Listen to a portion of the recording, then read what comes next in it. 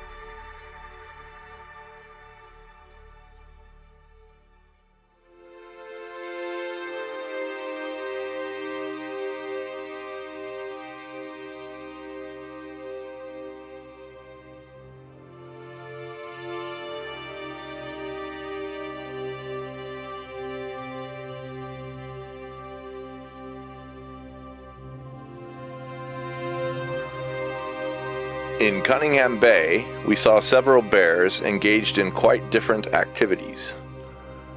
Polar bears need sea ice to hunt and survive, but in the summer months, when the sea ice begins to melt, the bears come to shore to look for other sources of food. They essentially become scavengers, picking up any source of food they happen to find. It's a difficult time for bears in situations without sea ice providing seals. They need to eat many, many seals to put on enough fat for the long winter months ahead.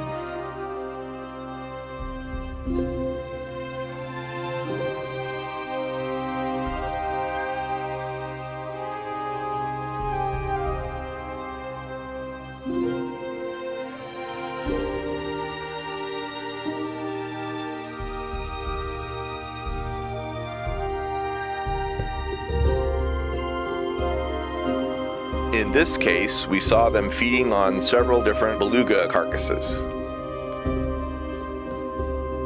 Belugas come into Cunningham Bay to slough off their skin and molt. So there is a food source available to them if they are able to catch one.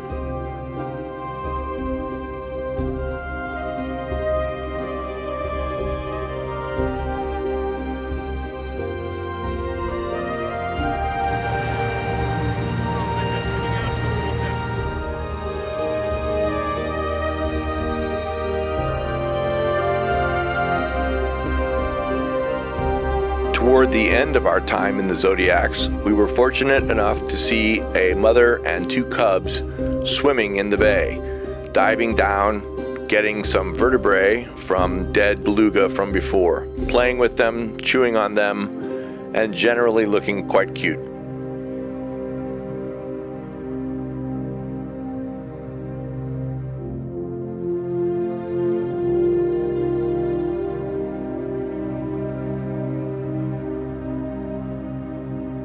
Over the course of our voyage, it's been difficult to keep track of exactly how many bears we've sighted, but 20 bears has been our best estimate. It's a privilege to watch these incredible animals in such a stark landscape.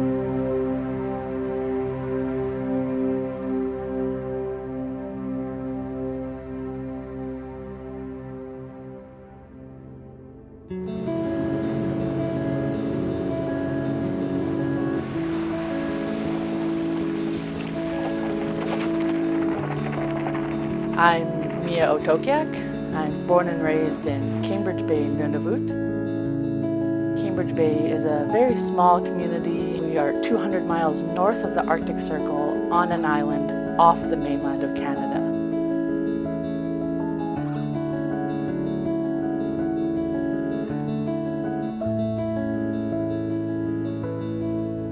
Cambridge Bay is inhabited by Inuit, so I'm an Inuk, and we're an Inuit community. Inuit were very nomadic. We moved around, we moved with the seasons, we moved with the migration of the animals, so we lived and moved all across, and that's how we survived as a people. And so about 75 years ago or so, the actual community of Cambridge Bay was made, and we were settled into a community. We're about 2,000 people, and we're just growing. Part of the tour that was in Cambridge Bay was the CHARS, the Canadian High Arctic Research Station. And Ikarvik means bridge in Inuktitut, and it was made as a program to help Inuit youth be more involved in scientific research in a meaningful way, and how to bring in the knowledge of us and our culture and our traditions, all the knowledge that we have about our land, and also with science and new technology, and bridge those together.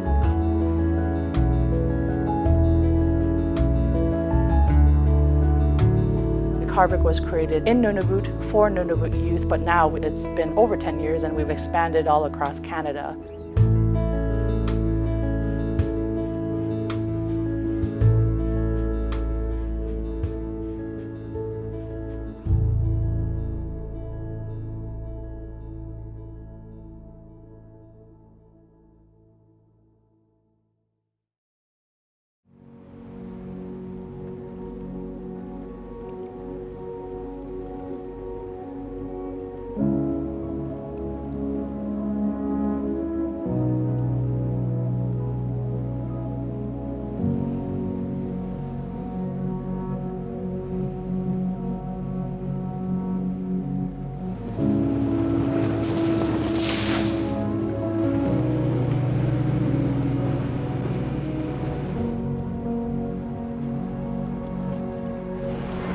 Ahead of us.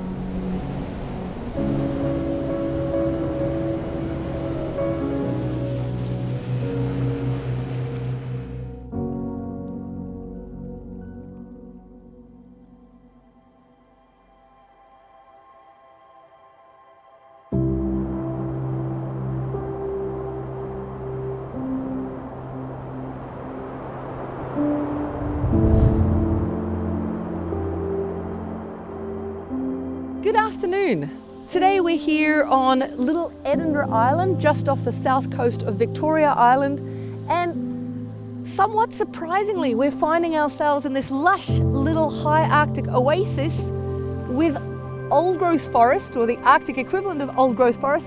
These are small species of Arctic willow trees, and they look small, they are small, but each of them, if we were to cut the stems, cut the equivalent of their trunks and look at the tree rings, we would find that each of these little plants, probably hundreds of years old, very, very slow growing in this harsh environment. Most of the high Arctic, we're in the polar tundra sort of area. It's very, very harsh for plants, and we have in our other landings on the Northwest Passage not really found that much plant growth. So this is just beautiful.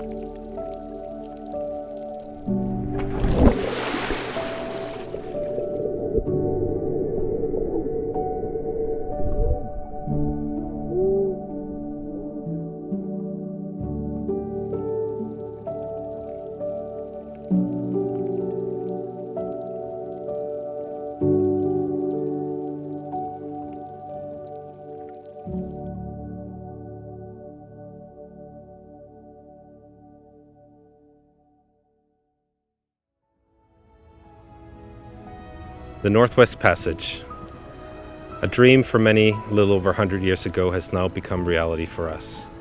We've seen wonderful wildlife, incredible Arctic vistas, and experienced the local Inuit culture. On behalf of myself, the captain, the crew, and of course the expedition team, I want to thank you for sailing with us on board the Seabourn venture and joining us on this historical Northwest Passage, first for Seabourn. We look forward to welcoming you on board once more.